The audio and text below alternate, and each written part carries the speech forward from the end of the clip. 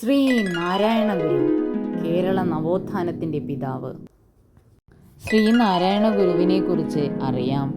ആരായിരുന്നു ശ്രീനാരായണ ഗുരു? കേരള നവോത്ഥാനത്തിൻ്റെ പിതാവ്.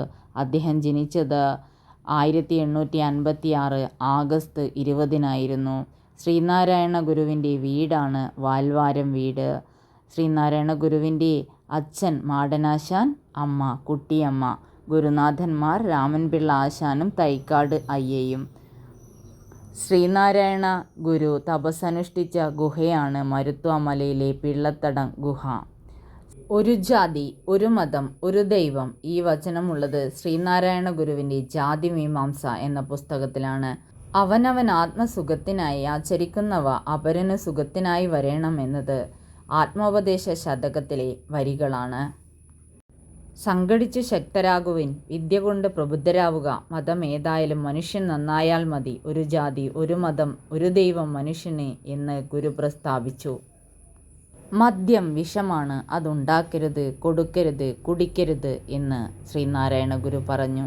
ഞാൻ പ്രതിഷ്ഠിച്ചത് ഈഴവ ശിവനെയാണ്, നാം പ്രതിഷ്ഠിച്ചത് നമ്മുടെ ശിവനെയാണ് എന്നാണ് ഗുരു പറഞ്ഞതെന്ന വാദവും നിലനിൽക്കുന്നുണ്ട്. ജാതിഭേദം മതദ്വേഷമേതുമില്ലാതെ സർവരും സോദരത്വേന വാഴുന്ന മാതൃകാസ്ഥാനമാണിത് എന്നിങ്ങനെ എഴുതിയിരിക്കുന്നത് അരുവിപ്പുറം ക്ഷേത്രഭിത്തിയിലാണ്. ശ്രീനാരായണ ഗുരുവിനെ ഹഠയോഗ വിദ്യ അഭ്യസിപ്പിച്ചത് തൈക്കാട് അയ്യയായിരുന്നു. ശ്രീനാരായണ ഗുരു ഗജേന്ദ്രമോക്ഷം വഞ്ചിപ്പാട്ട് സമർപ്പിച്ചത് ചട്ടമ്പി സ്വാമികൾക്കാണ്. ശ്രീനാരായണ ഗുരുവിൻ്റെ ആദ്യ രചനയായിരുന്നു ഗജേന്ദ്രമോക്ഷം വഞ്ചിപ്പാട്ട്. ശ്രീനാരായണ ഗുരു ചട്ടമ്പി സ്വാമികളെ കണ്ടുമുട്ടിയത് 1882 1891 കുമാരനാശാൻ ശ്രീനാരായണ ഗുരുവിനെ കണ്ടുമുട്ടിയത്. 1895 ശ്രീനാരായണ ഗുരുവിനെ ഡോക്ടർ പൽപ്പു സന്ദർശിച്ചത്. ബാംഗ്ലൂരിൽ വെച്ചാണ് സന്ദർശിച്ചത്. ശ്രീനാരായണ ഗുരുവിനെ അയ്യങ്കാളി സന്ദർശിച്ചത് 1912 ബാലരാമപുരത്ത് വെച്ചാണ്. ശ്രീനാരായണ ഗുരുവും വാഗ്ഭടാനന്ദനും കണ്ടുമുട്ടിയത് 1914. ശ്രീനാരായണ ഗുരു രമണ മഹർഷിയെ കണ്ടുമുട്ടിയത് 1916.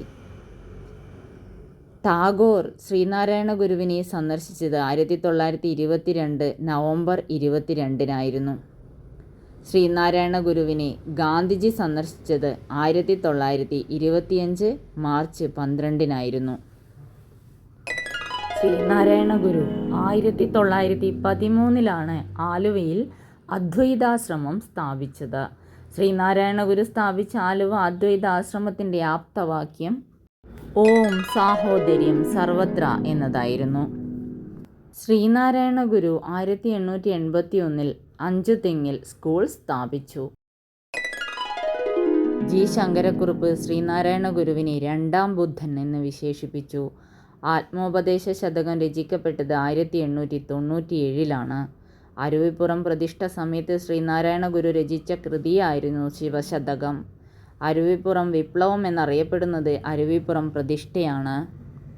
ശ്രീനാരായണ ഗുരുവിൻ്റെ പ്രധാന രചനകളാണ് ആത്മോപദേശ ശതകം, ദർശനമാല, ദൈവദശകം, നിർവൃതി പഞ്ചകം, ജനനി നവരത്നമഞ്ജരി, അദ്വൈത ദീപിക, അറിവ്, ജീവകാരുണ്യ പഞ്ചകം, അനുകമ്പാദശകം, ജാതിലക്ഷണം, ചിജട ചിന്തകം, ശിവശതകം, കുണ്ടലിനി പാട്ട്, വിനായകാഷ്ടകം, തേവാരപതികങ്ങൾ, തിരുക്കുറൽ വിവർത്തനം, ജ്ഞാനദർശനം, കാളീനാടകം, ചിദംബരാഷ്ടകം, ഇന്ദ്രിയ വൈരാഗ്യം, ശ്രീകൃഷ്ണ ദർശനം എന്നിവ.